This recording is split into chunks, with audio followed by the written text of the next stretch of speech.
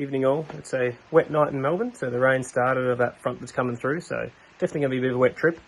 I'm just out in the garage, so it's Friday night, so just doing a bit more prep and sorting out and trying to play over with cameras. So obviously first time having cameras here and just seeing what may or may not work. So this whole trip will be a testing trip with cameras, so we'll see what footage we do get out of it.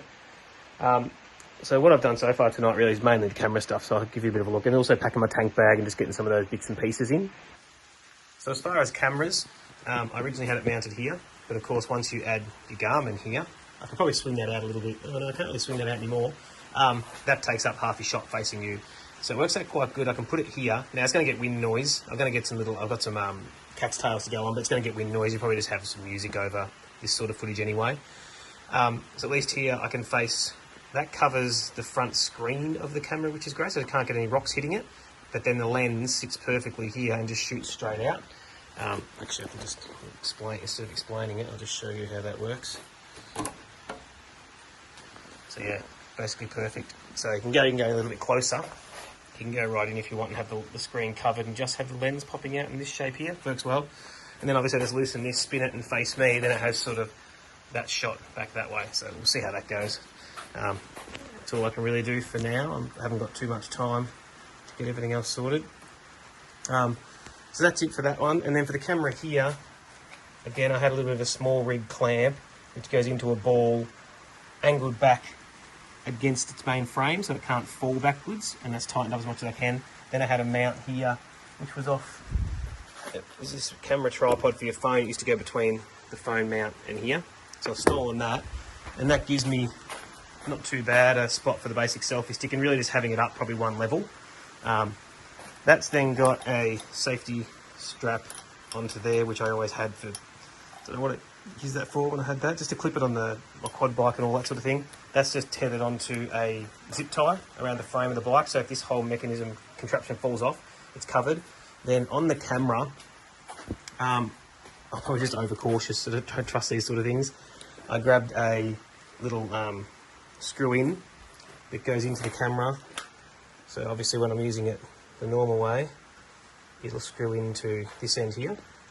So it screws in, little lanyard, single or double, and into this little carabiner. So I'll be able to clip that, even onto here. Make sure the zip ends here, have it clipped on. So if everything falls off, it should all get retained and not go floating down the road. So that's it for the camera stuff.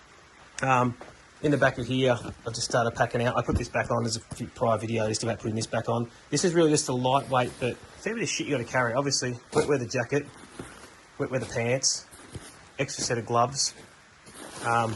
This has then got, I think, just some tie-down straps in here. I think some rock straps, something like that. And my the gloves I won't be wearing, so my MX gloves in there for now. Chain lube, hard copy map, toilet paper, waterproof, and it's also got my charging cables and that for in the hotel room, and a motorbike cover. So all this, again, like I said, it's lightweight stuff, weighs absolutely nothing. Probably got a kilo on the back of here, but takes up a fair amount of volume. So, and it's easy to get to then and lockable compared to the panniers. So the panniers are just going to have bigger versions of this yellow Cedar Summit dry bag with pretty much just clothes, just a few changes of clothes. That's all we're taking in there. And then I finished off with the tank bag. So tank bag's going quite well. On the front, we've just got instructions for quickly pairing of our FOD Sports. Up in here, I've got some stuff for changing the preload of the rear, not that I ever really will. A battery bank, 4 sets of your nitrile gloves for 4 wet days of riding in case the gloves are just saturated and I want to try to keep my hands a bit dry. Lining the bottom of here is a couple of bandanas, just even for tipping tools out on the ground if you've got to take nuts and bolts off and do that sort of thing. Then I'll have my wallet sitting in the front of here. Then I've got a couple of packets of glucose gels. You hear that nice rain. These have got Velcro along them with a divider, so I've had another bit of Velcro just to put some chapstick. You can wedge in there nicely and not fall away and easy to grab. Then I found the best way to divide this back end is stubby holders. And you can rip the stuff out of them and have a stubby for 5 blokes, 5 different people here have a drink.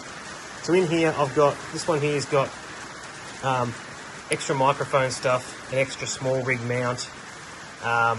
Then this is the microphone set up with an extension cord if I wanted to for the Osmo.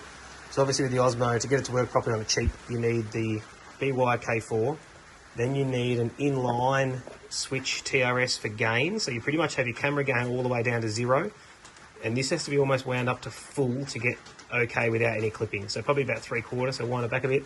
Then I've got an extension because I figured sometimes, I don't know how safe it is, but this all pulls apart so easy with so many connectors in it. When the camera's mounted here, I can possibly just run the cord into my helmet and sit there talking. I think people have worse connections and things wired to them doing stuff, so we'll see how that goes. So that all goes in that one. And the other one that goes in there are those tethers as well. So they sit in there. Middle one's perfect for the camera. Camera slides into there. This one here is used for 3 extra batteries, or 2 extra batteries. This one here is just some mints. And then we've got some extra, the quick releases on the seat. Which are somewhere here, just in case any of them fall out. There's 2 spare, so when I bought them I got 4. Then we've got Panadol, Nurofen mix, some lens cleaner for the goggles, some Barocca. Then we've just got a basic little torch. We've got a little tiny shifter, mainly for doing if I do the air filter or anything. Just quick, easy to get to tools. Every single fitting on the bike is pretty much this Allen head size, so we've got that. Just a tiny Gerber. The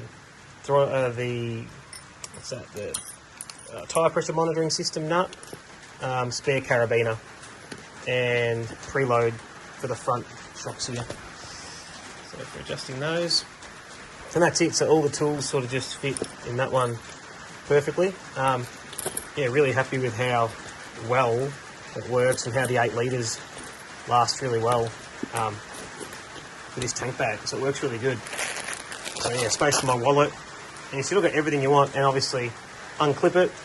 This little strap keeps strapped up so you don't lose them. So unclip it and hop into the hotel room. So we're not camping this trip. This is a hotel. Hotels were all booked up to go. Yeah, so she folds up perfect. So, like I said, we'll see how the cameras go this trip. First time using cameras. It's a lot to take in, a lot to learn about. So I'm excited for it now that I've got it, and we'll just test it out on this trip. So I really wanted to get it for this trip to have a play.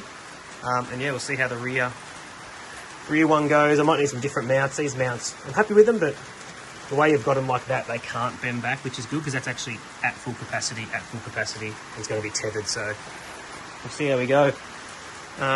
Already got my other filter. Got other filters here I'm not going to worry about taking though. Don't need them.